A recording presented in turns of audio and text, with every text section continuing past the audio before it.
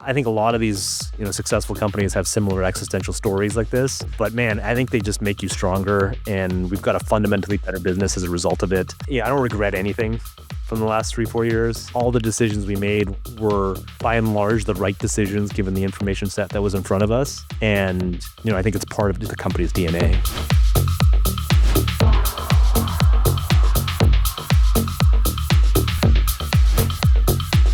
Welcome to the Startup CEO Show. I'm your host, Mark MacLeod. In this episode, I sit down with Dan Park, co-founder and CEO of Clutch. Clutch is offering consumers an entirely new way to buy and sell used cars in Canada. He's been through a wild ride of his own, high highs and low lows. At one point, he had to lay off 2/3 of his staff, and now they're on the growth swing again. We walk through the whole Clutch journey, as well as his lessons from Uber Eats. He used to run Uber Eats Canada. Lots more topics here. I hope you enjoy the discussion.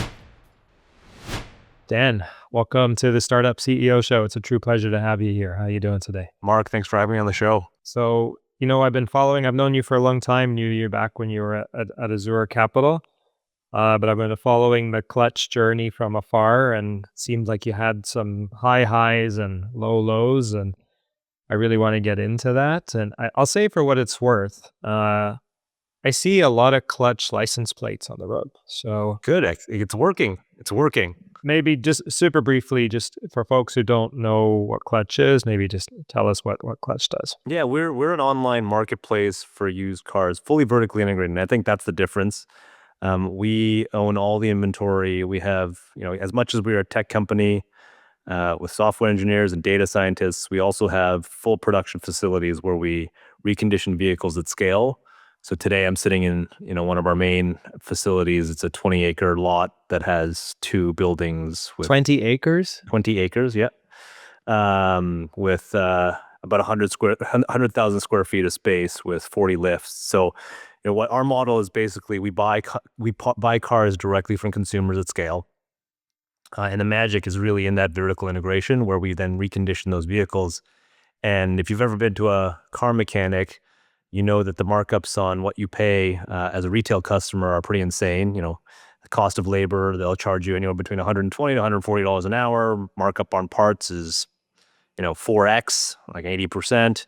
And so we're able to deliver a ton of value by offering you a car that is fully reconditioned. And we put anywhere between $1,000 to $1,500 of work into that car. But you as a customer are getting anywhere between $4,000 to $5,000 of value for that vehicle. And so we then resell those in a very transparent, seamless experience where you can buy a car directly online. I'm a CPA by training. I spent 6 years working in accounting firms, which was boring and painful. But I may have the math on this wrong, but I used to audit some car dealers. And I remember the gross margin, not even the EBITDA or net income, but gross margin being in the single digits. And the thing that made the math work for them was services. Is that the same for you as well? No. I think we're fundamentally changing the business model. We do not offer service, at least today. And so it's really about the transaction, where car dealerships, and from an economic standpoint, we effectively have similar economics to a dealership. Where we make money is on the financial services products that we sell. And so the difference with us, we offer financing, we offer warranty, we offer some insurance products. We stand by the products we sell. I think a lot of folks, at least in the traditional world, will try to sell you products that may not be valuable. So, things like there's some anti-theft products that are out there that are really just a sticker on your window. Or you'll walk into a dealership and be like, hey, driving around in Toronto is dangerous. Like, you should buy this life insurance policy. And so we don't offer any of those. We offer pretty basic coverage and protection plans. We modeled it similar to Apple Care, where you want peace of mind when you buy the product, but you shouldn't be buying things that you don't need.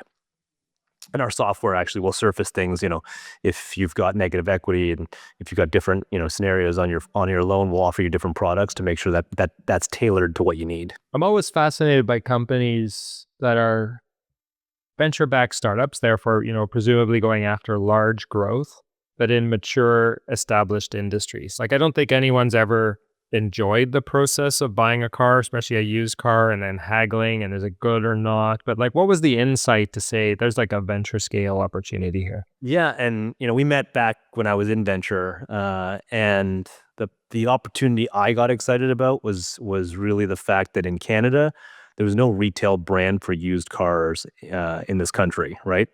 The only way that you can buy or even sell a car in Canada until we came along really was you either visit your local dealership. The average time a consumer will spend in a dealership is anywhere between 4 to 5 hours, uh, or you meet some stranger off of Kijiji in a Tim Hortons parking lot, right? Like those were the two options. For every other consumer category that you can think of, there is some national retail brand that is trusted, that offers consistency. And in the U.S., there's a company called CarMax that a lot of folks have heard of. That started back in the early '90s, and it's a large, or it's the largest retailer of used cars in the U.S. And then along came Carvana around when we were starting, and so we were trying to leapfrog some of the. If we can kind of compare the used car industry to Walmart and Amazon, where CarMax is kind of the Walmart and then Carvana is the Amazon, trying to leapfrog the Walmart and build a different way to buy a car in this country, and offer that brand that spans coast to coast. So when you go to Vancouver to buy a car, you know that you get the same experience and the same product than when you go to Toronto to buy a car.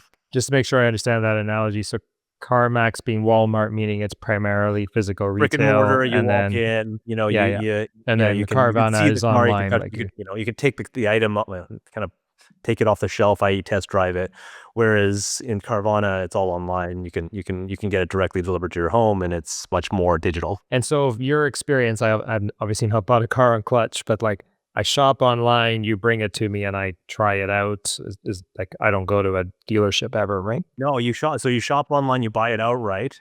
And for the most of the packages we sell, we offer a 10-day money back guarantee and 90-day complimentary warranty. And because we've taken title of each of those vehicles and then run it through our production, we call it a production facility. It's a massive facility. We've got licensed techs, we have vehicle inspectors that work directly, that are Clutch employees. Those cars have been through our process, so as a result we can offer those guarantees where if the car isn't what you expected for whatever reason, you can return it, and that's a hell of a lot better than a 20-minute test drive down the highway, right? Like that.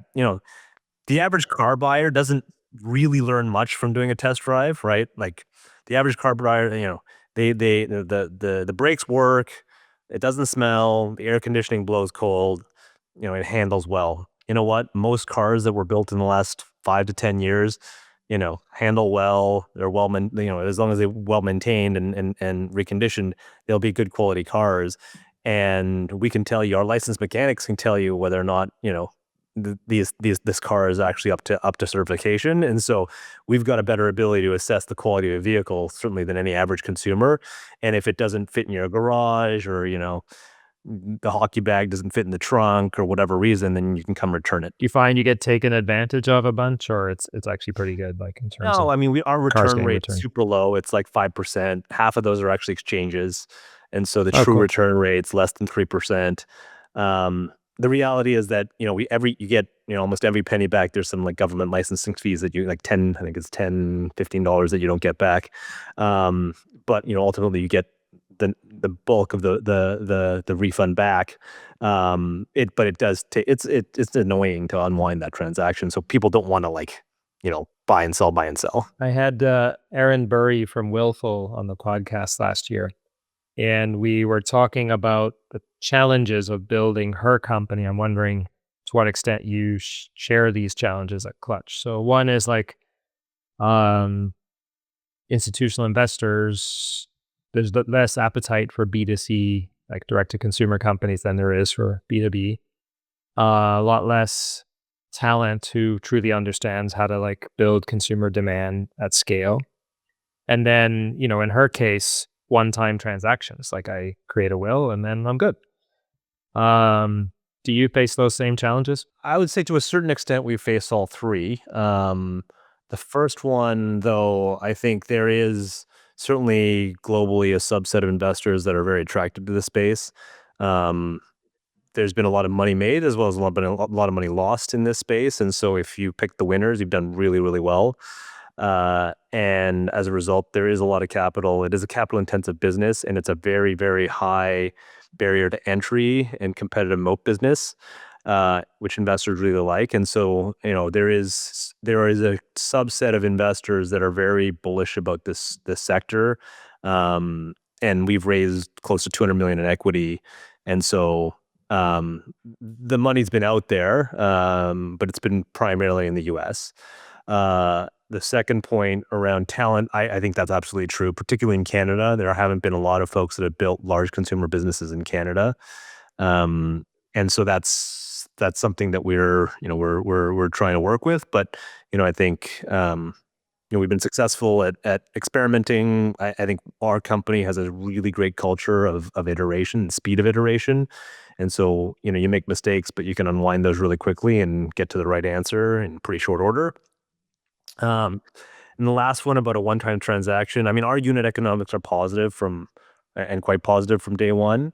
And so, and people, I think people, well, for a will, I mean, I guess you have to refresh it every once in a while, but for us, the reason why people don't transact more regularly is because it's actually pretty terrible, right?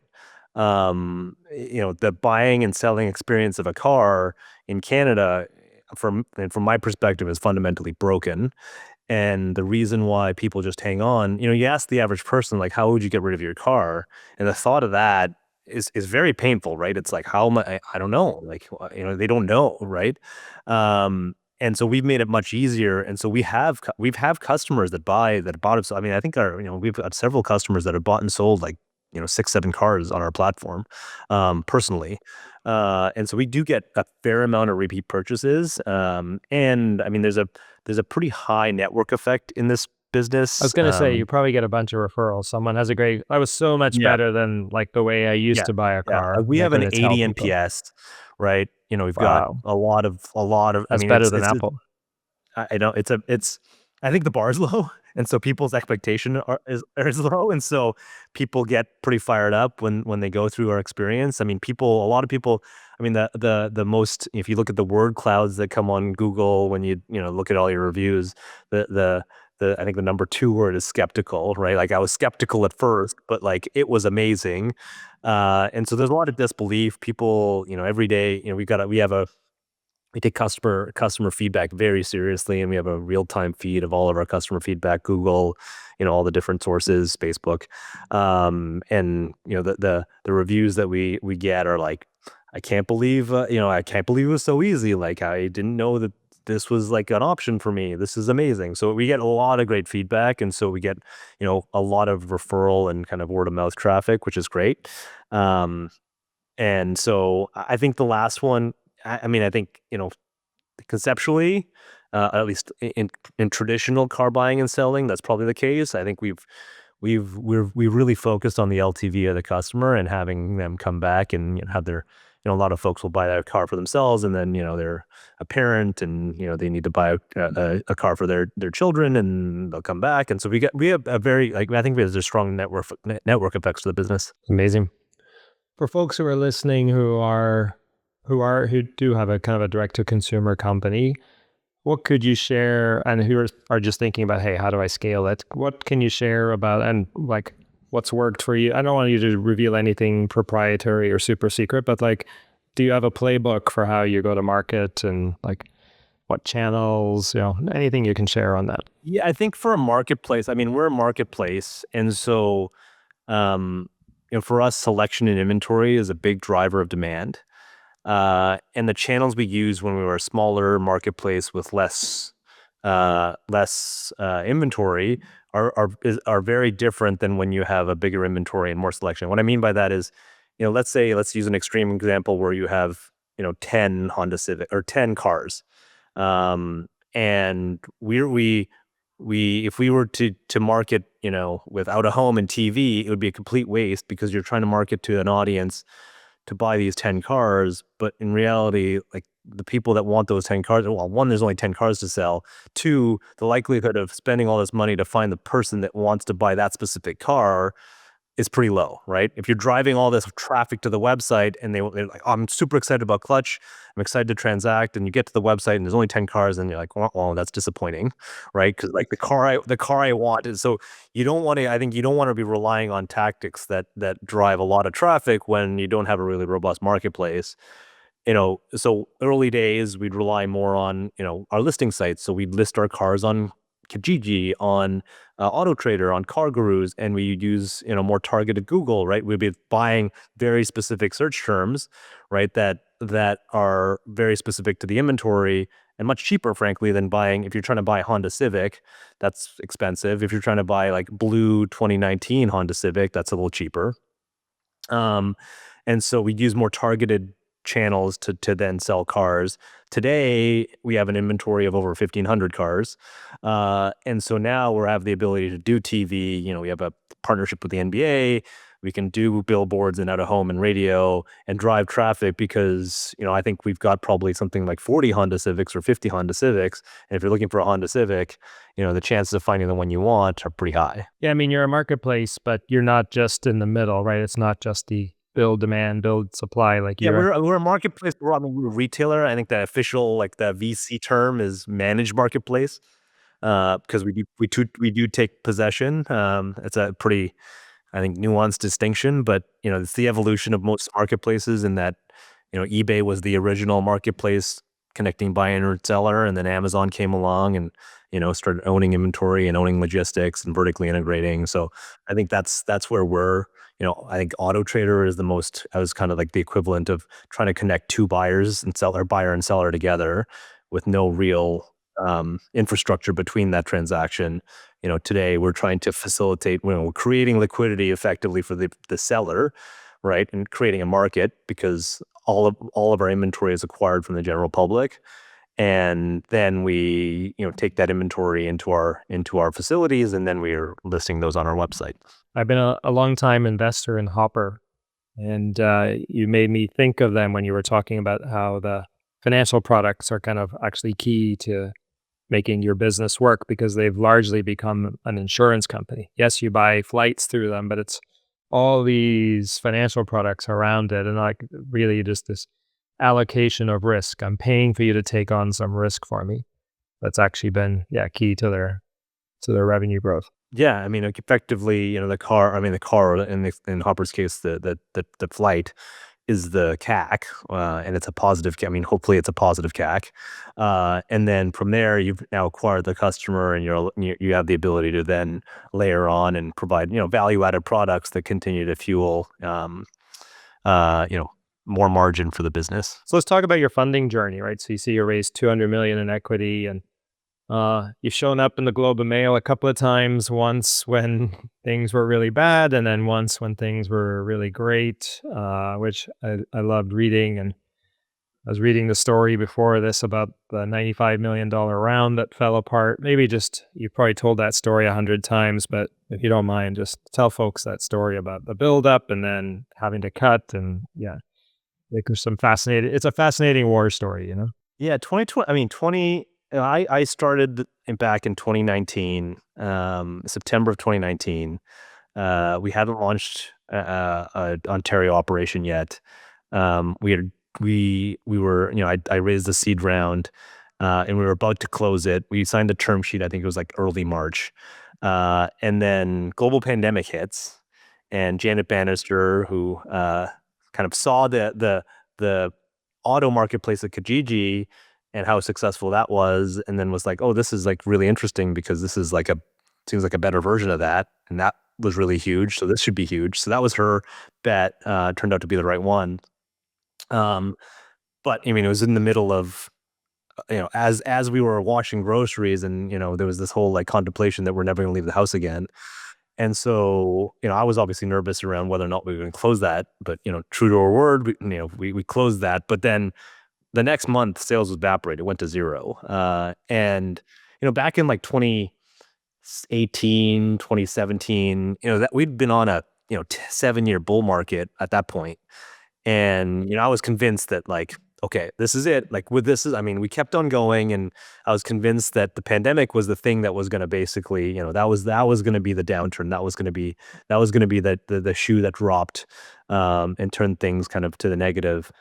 And the reality was, pretty shortly thereafter, with all the stimulus, like things went crazy, right? Like used car sales, like if you remember back then, the used car frenzy was insane. Oh, Um, okay. and people Actually, yeah, started you're making, right. right? I Remember, sold like a used car. I traded in a car and I made money on it. you probably made money on it, which and Yeah, I cars were did. appreciating in value for the first time ever, right? Yeah.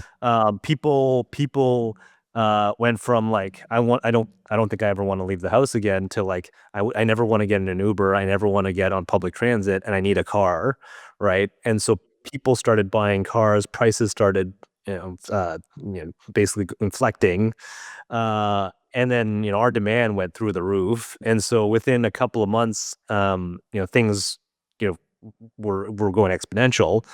And then we raised a Series A 7 months later, and I think we quadrupled revenue that year. Um, and so we raised a Series A in late 2020, and then from there things continued. Like and this was not just unique to us. I think a lot of growth stage companies at that stage in 2021 were able to raise boatloads of money at really high valuations, and you know a lot of them. And the name of the game at the time was growth, like aggressive growth. And it was this, I'd spent time at Uber, and if you weren't, and particularly in marketplaces are generally winner take most or winner take all. And if you didn't plant the flag in the geography that you wanted to be in first, you were just at a disadvantage. And we saw that at Uber, where we had competition in some of these markets, and we came late, and it was so hard to make up share, right? And so we had a competitor in Canada that raised a bunch of money, and they were launching markets. So we had to launch markets, and it was all about who grew faster to raise the next round of capital, right? If you grew faster, you would get more money. If you get more money, you could grow faster. It was a self-fulfilling prophecy back in 2021. And so, that was the focus. It was like if you wanted to raise a lot of money, you just had to grow. And so we did that, and we did that pretty well. And by the end of 2021, we did a almost $100 million round, which was our Series B, that took 3 weeks from my first introduction to closing. It was the fastest thing ever. And the investor came in, handed us a check, and said, let's go. There's like 100 million behind this if you when you spend it all. So let's get aggressive. And that's when we hired 300 people in 6 months. Um, and we were scaling. We were scaling, and we were scaling very quickly. I think we tripled revenue again that year. And then and that was like the first board meeting when that investor came in. That was all about being really aggressive. Within the next board meeting, which was 3 months later, it was like, there's no more money. Stop, right? Like, get the business profitable, right? And we're like, well, I think, and this was like summer of 2022. So summer of 2022, um, we were trying to raise more capital, and every VC had been, I think you're either in Aspen or like Lake Como. Like you could, no one wanted to talk to us, right? And we'd done our first layoff in the summer of 2022, which was early. That was before a lot of companies did. But I read that Sequoia, like How to Survive Crisis, that thing, and like it was like if you went deeper faster, you'd just be better off. And when things start to turn, they generally don't inflect back quickly, right? When rates are starting to rise, it's not like the Fed was gonna start they were going to start reducing them again, or at least anytime soon. So, capital started evaporating, and so we got pretty nervous, and so we were like, we need more cap. We want to sustain this growth rate and sustain our burn. We need to raise more capital. So I was out in the market in the summer of that year, and nothing. It was just crickets. It was no one was picking up the call. So we said, okay, well, fine. Let's focus on the fundamentals of business. Let's come back up for Labor Day and see if we can raise a round of capital. I have this rule that if you don't have a term sheet signed by Halloween, you just can't. It's hard to close a round by the end of the Yeah, year. yeah. I agree. And so Especially in the that was our US, deadline. Thanksgiving's a big deal, right? Exactly, right? So Nothing you happens want to after have it closed. Thanksgiving. You want to have a term sheet by even by Halloween. It's tight, but Halloween was the deadline. I think we got the term sheet on the 28th of October, and then we signed it on November 4th. And so we had it in hand on a path towards closing, and invariably it slipped towards the holidays. And this was a large multi-trillion-dollar institution. And some directive from the top was probably like, hey, look, like we're pulling back on deals. And so on January 5th, I got a call as we were working through this deal, and probably like 2 to 3 weeks away from close. They called us and said, hey, look, like we're not feeling this anymore. Um, there's only and so Carvana is our big U.S. publicly traded comp, and they were going through a similar downturn, and so there's a lot of negative headlines, and I think the commentary was like, hey, there's only so many negative headlines our IC or investment kitty can actually read, and so we're out. And so we're like, oh man, this is like, we kind of like banked on this because we were on the process towards closing. I think we'd actually escrowed 20 million in equity already. Um, so that was January 5th. On January 12th, and I remember these dates like they're ingrained in my head. January 12th, we executed a 100 and it was a 150 person layoff, and basically took the company down from 350 a year earlier down to 87. Exited a bunch of markets and reversed a lot of the growth that we had. So it felt like we were taking 10 steps back. Um, and I think when you do that, I mean, obviously there's this like existential thing of like, well, is this worth doing anymore? We're like, we made all this progress, but now we're all behind, and we hired all these people, and now we're, tiny. Like, how do you get through that? And I think we kind of like, Steve, who's the founder of the business, and my partner, we've been doing this together, kind of like in the trenches together for the last 5 years. We kind of looked at each other and said, like, we've got like the product is great. It's like, it sucks that the capital markets aren't valuing this, but we've got a really great product, great experience. The core team is fantastic. Like, we owe it to ourselves to give it a shot, right? And so we put our heads down. We set some like very achievable milestones. Well, not necessarily achievable. They're important milestones, both from a profitability and growth perspective, to be able to hit in the summer, to prove to ourselves that we actually had something that was worth pursuing. And over the last 2 years, it's been really just like heads down, working on the core fundamentals of the business. And we've got to a place where we've kind of crawled ourselves all the way back, um, built a ton of stability around the business, and now it feels like we can be back in growth mode again, with the luxury of having really positive unit economics, profitable business, and using everything that we generate to invest back into growing. So I think it's been you look at these things in hindsight, and I think a lot of these successful companies have similar existential stories like this. But man, I think they just make you stronger, and we've got a fundamentally better business as a result of it. Yeah, I don't regret anything from the last 3-4 years. All the decisions we made were, by and large, the right decisions given the information set that was in front of us. And I think it's just now part of the company's DNA. Are you still taking your own meeting notes? Let me tell you about an AI tool that I'm using to take meeting notes for me. It's called Fellow.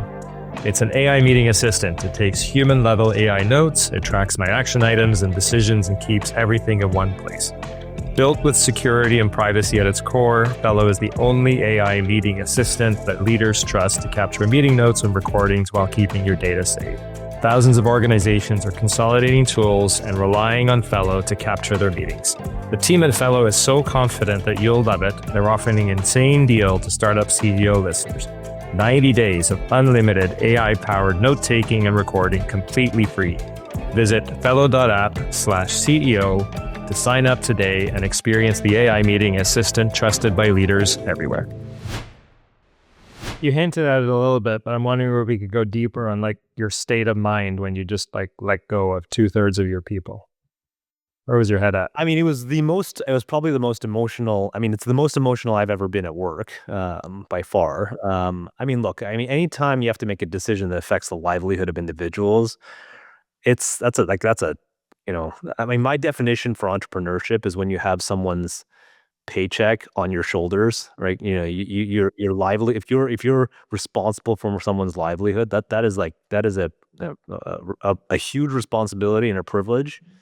And so, making that decision was not something that we did lightly. It was the right answer for the business, but man, it was painful. Um, and I think like a testament to the folks that lost their jobs that day. I mean, I would say the vast majority at least understood uh, and accepted. While they were obviously sad and disappointed. I was also early enough where I think a lot of folks landed in really great places, and so I think the speed of doing it was helpful for us. Um, and the thing that made me at least sleep better at night was the fact that if we hadn't done it, the rest of the team would not have jobs either, right? It was a crucial and pivotal point in the business where if you didn't make that decision, there would be no business at all. And so I think that's how you at least like intellectually justify it. Whether that's the right answer or not, I don't know. But I think the decision itself was obvious and it was the right academic decision. But emotionally, I mean, like, it's not easy. My first startup I was CFO for was this company called Solanas Technology, which is ironically still around. Um, and we had to let go of, in the dot-com bubble, half of our staff in one day. And people walked in and there was like an envelope on their desk and it told you to go to one of two boardrooms. One boardroom, we were keeping you and we just said, hey, here's what's going on. Pack up your stuff and go home. Everyone else, just wait to be called. And like, it's like you're bringing people out to like literally execute them. It was horrible. Yeah, we did the exact same thing. Yeah, and I mean, we had people showing up to the wrong room. It was not ideal. My understanding is shortly afterwards, you did a recap. That was in the summer of 2023. So that was when after we had proved the milestones. I mean, it was tough, I think, for investors to put more money in unless we'd proved some of these milestones. And we were very focused on proving some of these more profitability milestones. And we got there, and so we were able to do, I mean, a large-ish financing. That was a $20 million financing at the time, that allowed us to get. We were partly towards profitability, but the intention of that capital was to get us to full profitability. And so that was in the summer of 2023. Canaan, which was our lead investor in the Series A, amazing conviction. Laura, who's on the board, has been a fantastic partner over the last 5 years. She was super supportive and stepped up in probably one of our most challenging situations. But gave us the breathing room to be able to go and pursue that goal of trying to become a profitable business. And they became a majority investor then. No.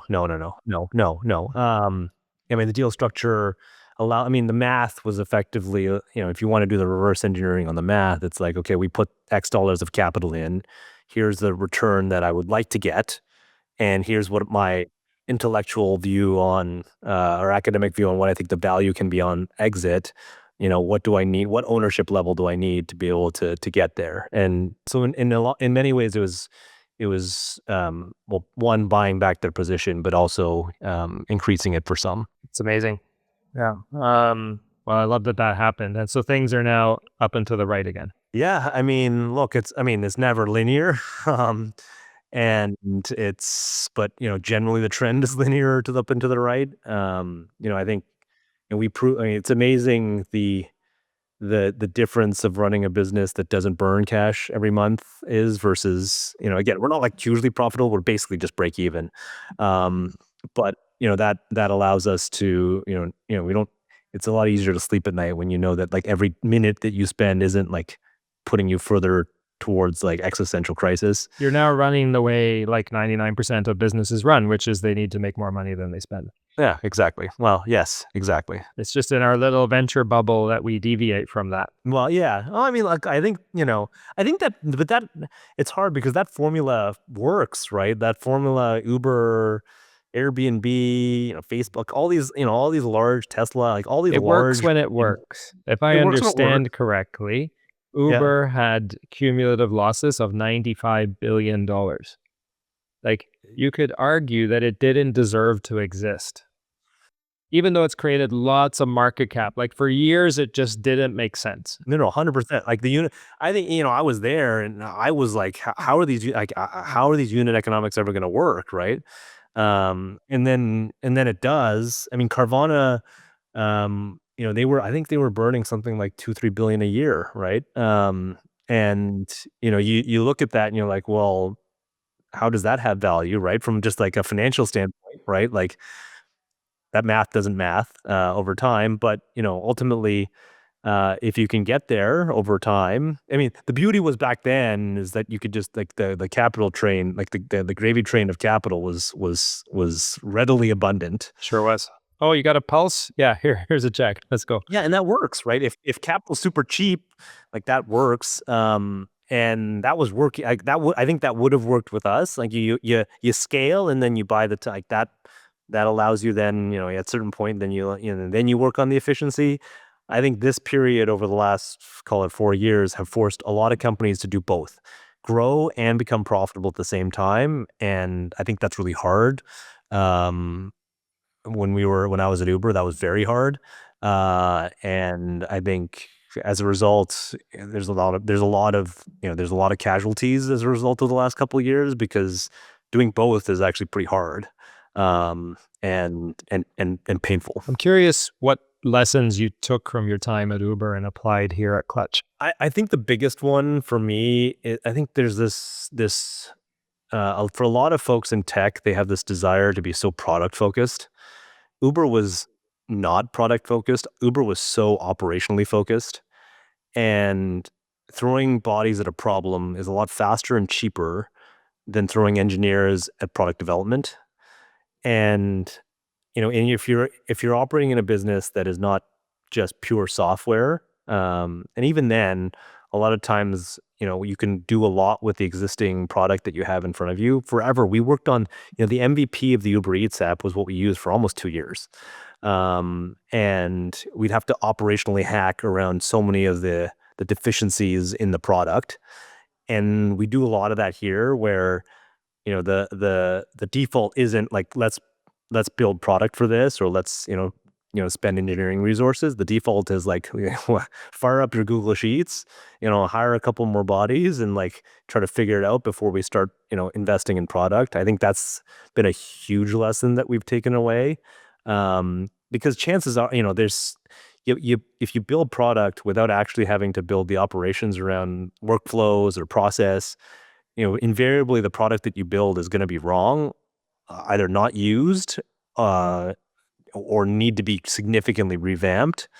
And so, getting that user, or whether it's external or internal user, the user feedback on any product that you're building is crucial. And doing that before you actually build it is even better. And so, I think that's lesson one. I think lesson two is just speed of iteration, right? Like, particularly if you're a business that is cash flow negative, right? Like, I alluded to it before. Every minute, at our peak, we were burning 6 million a month at Clutch. Wow. What is that? That's $200,000 a day. 200 bank for 200, somebody's salary every day, like a senior person's salary every day, gone. And so you're like, okay, well, how is your $200,000 day, right? Like, that's it's gut wrenching, and it's just a fight against time.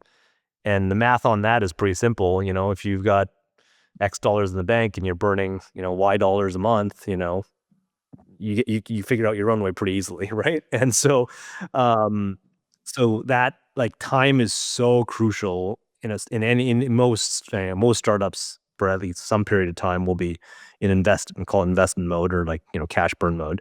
And so every moment, to me, every moment is so precious, and so you don't have a lot of time to mess around and try to like test and iterate and pontificate or whether this feature is the right feature or not, right? Like you don't have that luxury, particularly in a consumer business. Like, just get it out. put it in front of consumers. Tell me if this works or not. Yeah, it's half baked, fine, doesn't matter, right? Like put it out. Speed of iteration for us is so crucial. I think a lot of big organizations, and I think one thing we learned is when you don't have time, and there's so much literature on this. If you get 2 months, if you get a year to do it, it's going to take you a year, right? So Work expands to fill all available time. all exactly, right? Like I was at an event the other night with some of the largest brands in the country, at this like NBA event, and we're talking about marketing campaigns, most of which take at least a year long to put together. And I'm like, we don't have a year is an eternity. A year is just like a year in startup world is a full eternity. And like, so you got 3 months, 2 months at, 3 months tops, ideally a month to put this out, right? Like you've got the speed of iteration has to be so much higher. And so I think that's like a pretty major takeaway, and something that we've always obviously tried to implement here because time for a long time was not our friend. No, not at 200 grand a day. I had Rob Kazam, who runs Float, on the podcast, and he also spent time at Uber. And the big thing for him was just that like you directly solve a problem. Like he would get parachuted into a country and he'd be like, oh, we need, I don't know, 2,000 smartphones to go and hand out to drivers. Like, oh, great. So I should go and find like somebody to go do that. Like, no, literally go to the store and just start buying all the phones. Like, don't come back until you've bought the phones. It was like that direct. Yeah, in Philly, they were ticketing drivers or whatever, and impounding cars, and the GM of Philly literally showed up with a bag of cash at the impound lot and started like paying drivers to get their car released. How did you stay motivated in the hard times? I mean, I probably, I found something outside of work that I could focus on, because there's only so much you can control, right? I think that the tough thing is a lot of the stuff that we went through was actually not, it was not, specific to our company. It was actually more macro.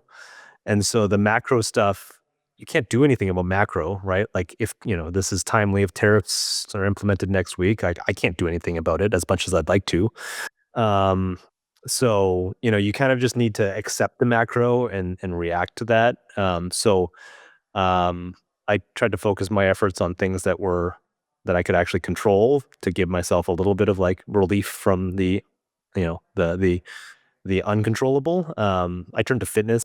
So fitness was a big thing. I went on like this crazy fitness, and my partner Steve went through like started doing half Ironmans. So we tried to like put our energy into, some people like turn to, less productive things like drinking. We put our energy towards, trying to do things that we had control over. So I think that was actually great. I mean, I think I've continued that over the course of the last couple of years, and allowed me to like, relieve stress and, alleviate headspace. I've got 2 kids too. And so when I try to go home, I try to really decouple that. I think, work's important, but I think, trying to separate the work and the life is actually not a terrible thing. Amen. Yeah. I mean, Clutch is X many years old. I don't know, and may it continue for a very long time, but in the grand scheme of your life, it's going to be a chapter or 2 chapters. It's not your life. No, I exactly. And, hopefully it's big and successful, but, there's other things that are important in life. And so focus on those things. But, from the business and specifically around the business, I really believe in the product that we're selling. I think I think we're truly disrupting an industry, in Canada. I think we are providing consumers a much better way to buy and sell vehicles. And, maybe this sounds cheesy, but I think this needs to exist. Someone needs to do it. It's for now, it's me, but someone needs to be building this in the Canadian market. And we actually, both Steve and I, we turned to this like that. Like we want, this has to exist. Like someone needs to do this, and it would be sad if this wasn't an option. And we get this, like when we pulled out of our BC and Alberta markets, and we're actually going to go back, but we still get a lot of folks being like, when are you coming back? Like we need you back here. And so there's that draw, and I think that's important. I think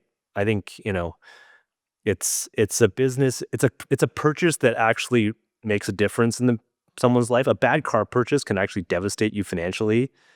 And there's so many people that get taken advantage of when they're trying to buy a vehicle, and the tactics that are used more commonly are frankly like pretty dirty.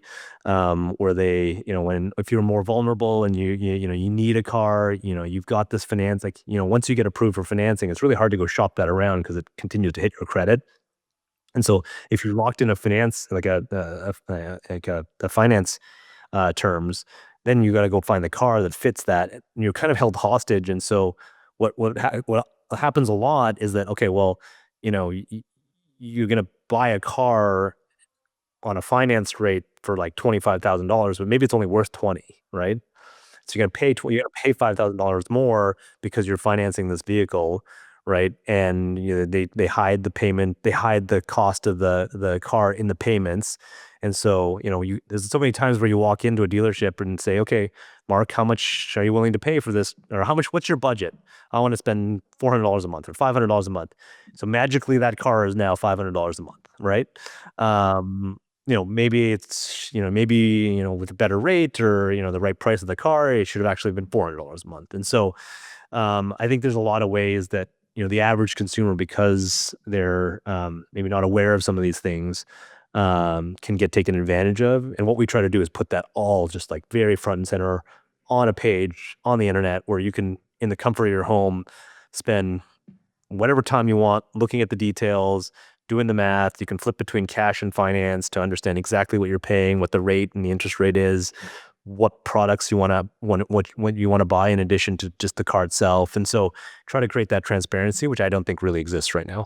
And I haven't checked out your marketing campaigns, but I'm guessing there's an obvious one, just picking at your enemy and showing how bad the traditional buying and selling experience is, and therefore how much better yours is. Yeah, I mean, we try to highlight some of the positive things about the business. I think people are pretty aware of how terrible the existing status quo is. There's Gallup does a poll every year on perceived honesty and ethics of different professions. Yeah, used car salesman being pretty low. It's usually either the last or the second last. U.S. members of Congress kind of flip between that, and so and then number one is nurses. Really? Come on. I would have never have guessed. Yeah, nurses are the highest perceived honesty and ethics in any profession. Oh, okay. Okay. I thought you meant number one bad. Okay. Yeah. Yeah. Okay. Sorry. That makes sense. Yeah. Yeah. Okay. Got it. Going back to Uber for a second, right? And kind of justifying all of that capital going in, like there needs to be, like you used the word kind of disrupt, right? Like they disrupted a market. Well, first of all, they just fundamentally expanded the market, right? Like if someone had came in to pitch me when I was a VC and like, hey, I want to disrupt the taxi market, I'd be like, oh, dude, that's a solved problem. Medallions, taxi unions, like forget about it. Like it's only now that we see, with the benefit of hindsight, like they like they completely expanded the use case, right? For when we get in someone else's car and like made the experience on both sides fundamentally better. We could argue whether an Uber driver earns a fair living, but let's park that. It's a better experience. So I'm just curious, like at scale, like how do you describe the disruption that you will have such that it generates those kind of same, venture returns? So you think about any consumer category in this country, there is a brand associated with that consumer category, right? So if you think about shoes, Foot Locker, Sport Check, whatever, Zappos, electronics, Best Buy, groceries, Loblaws, coffee, Tim Hortons, Starbucks, right? There are brands that are associated with that consumer category where what you're going to get if you go into that store and or online experience, right? In Canada, there is no retail brand for used cars. And when you go to Vancouver or Calgary, like there's no standard for used cars, right? Generally, even a certified pre-owned car is really just a fancy warranty from the OEM, right? And most dealerships will operate on like on a complaint-based system, right? So you bought a CP, like a pre-owned certified vehicle, and you're like, oh, these like brakes feel squeaky. Like, oh, no problem, we'll fix that when you buy it, right? Like that's the generally the methodology for us, because we're selling online. we want every car. We never want anyone to complain about a car once they receive it. Like we want it to be perfect. And so we put all the work up front, and that's very rare and unique. Like this facility I'm sitting in is Canada's largest reconditioning facility. And that doesn't really exist right now. And so the goal and the vision for the next, call it 10, 15 years is to be that brand. When someone thinks about buying a car, they're like, okay, I'm gonna go to Clutch, right? And look, like, we don't sell super high end cars. We don't sell vintage classic cars, but if there's places, and there's obviously niches that we will not address. In the same way that if you want, some kind of like fancy coffee that you really want from your local store, like there's space and room for like your local coffee shop.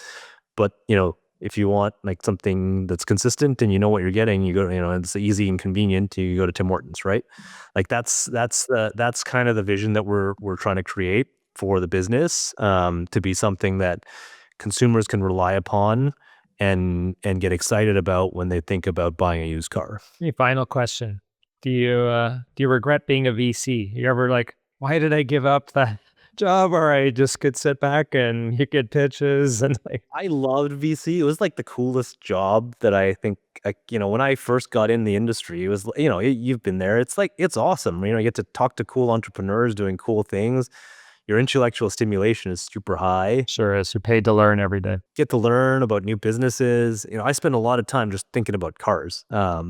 You ask me about like Web3 or like what crypto's doing, or like, the new trends in AI. I'm like, yeah, I used to know that stuff much better. Now I don't have the bandwidth to think about those things on a more regular basis. So I loved it, but I love this more. I mean, my journey into Uber was really a test. It was like an experiment for myself to be like, I think I want to be an operator, but this is a pretty low risk way of becoming an operator, right? Uber starting up this new like food delivery thing, like worst case scenario, I got Uber on my resume. Like it's not going to be in the world. I really, really love my Uber experience was, highlight of my career. And, in some ways I'm trying to replicate that, I think, here. And, doing it to, kind of more for myself, I guess. But like what I love about being an operator is, one, like, creating something that like we've got, almost 300 people at the business now. Like this is like a place that 300 people come to work, and we create 300 jobs. I think that's pretty cool. And I think, the feedback loop you get on a daily basis is super fast and much faster than obviously VC. VC is like you make a decision, and then 7 years or 8, 10 years later, 7 like, years, oh, that was exactly. right, That's right. 7, if you're That's lucky. exactly. 10 is probably more standard.